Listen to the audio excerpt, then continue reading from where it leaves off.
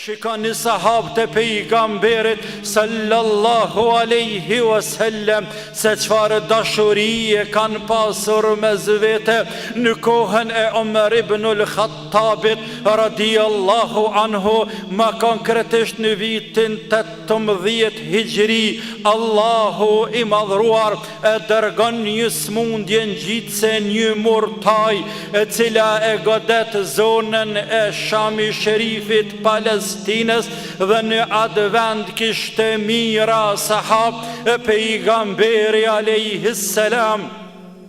veç kishte paralajmëruar se nuk do të bëhet kiameti pa dërguar i madhi Allah epidemi dhe smundje ngjitse, e nuk shkoi kohë e gjatë pas vdekjes së Resulullahit sallallahu alaihi wasallam, pra ma konkretisht në kohën e Umerit, e Allahu dërgoi këtë smundje, këtë epidemi e cila po i gëlltitë dhe po i bini me qindra dhe me mira njerëz. Omeri radiallahu anhu i mërzitur dhe i shqetësuar e i brengosur për krejt musliman, sepse ishte i pari i tyre, por o brengos edhe më shumë kur e kujtoj se në mesin e atyre sahabëve të mëdhej atje në Shami Sherif është edhe Ebu Ubejdet ibnul Jarrah, ky sahabi i mrekullueshëm, eminu hadhihil umme, besniku i këtij ummeti që she ka quajtur pejgamberi sallallahu alaihi wasallam, e që të njëjtën kohë ishte edhe komandant i forcave muslimane në ishperandorin bizantine. E Omeri me të dëgjuar se u përhap kjo smundje fatale, e shkruan një letër dhe e dërgon me emergjencë në Shami Sherif, dhe kur arrin letrat e Ebu Ubejde dhe e hap letrën dhe gjen në te Bismillahirrahmanirrahim prej emirit muslimanëve Omer ibn al-Khattabit, nëse letra tyre të arrin, nëse letra tyre të arrin në mëngjes, mos të nxan mbrëmja por nisu të on, dhe nëse të mrin në mbrëmje, mos të nxan sabahu agimi por nisu drejt meje në Medinë.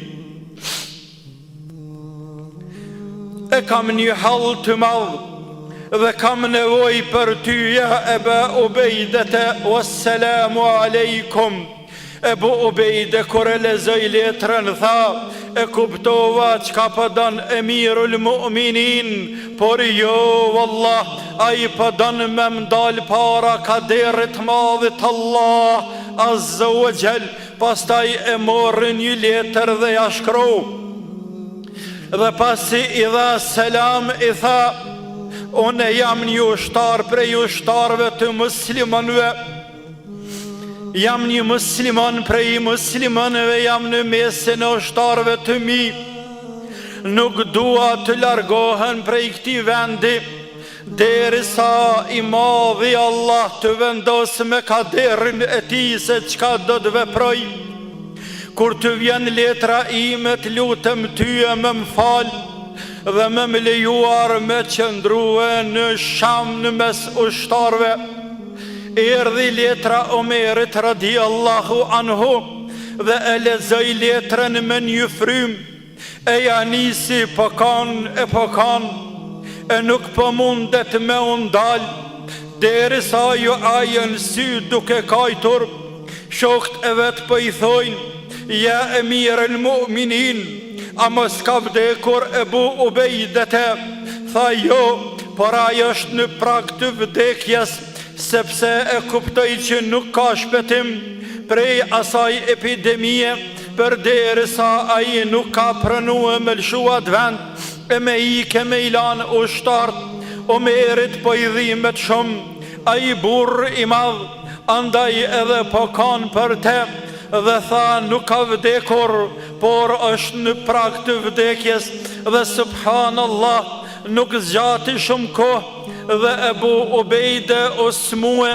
prej murtaje sikurse muslimant e tjerë, dhe kur e pa veten se erdhën në prag të vdekjes, e afroi burrat e mëdhej, në mesin e tyre Muadh ibn Jabelin, në mesin e tyre Fadl ibn Abbasin dhe shumë të tjerë, dhe ju tha: o ju njerëz, unë po ju këshilloj,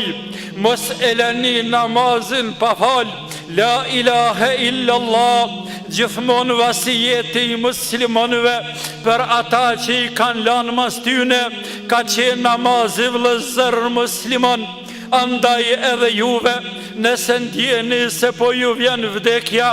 porosin e parë dhe të fundit e vladve t'ju dhe familjeve t'luja t'juja, lënja namazin mos e lëni, namazin mos e lëni, namazin mos e lëni për izet Zotit. Namazin falne o ju musliman, jepne zëqatin, agjirane Ramazanin, duhuni me zveti, ndëgjani dhe respektani parin e ju, dhe dine o ju musliman, se nëse dikush prej jush vazhdon të jetoj edhe 1000 vjet, ka mi ardh një dit ku ka me ardh në këtë vend që erdha unë, o Muadh, qu dhe falja namazin muslimanëve, wassalamu alaikum. Dhe këto ishin fjalët e fundit të Ebu Ubejdes, dhe nuk shkoj gjatë dhe erdhi kërhama e vdekjes dhe vdiq ai i bekuar. E Muadhi radiallahu anhu o quë dhe u afali muslimanëve namazin, pastaj afali namazin e gjenazës Ebu Ubejdes, dhe po i thët shokëve të vetë me lëtë në sy: o shokët e mi, për varrosim sët një burë të madhë, wallahi që nuk ka tjetër posti, nuk kam pa njeri si kurse Ebu Ubejde, ma largë gjunaheve, ma largë gjunaheve dhe ma këshillëdhënës i mirë për musliman, por kjo është caktimi të madhit Allah.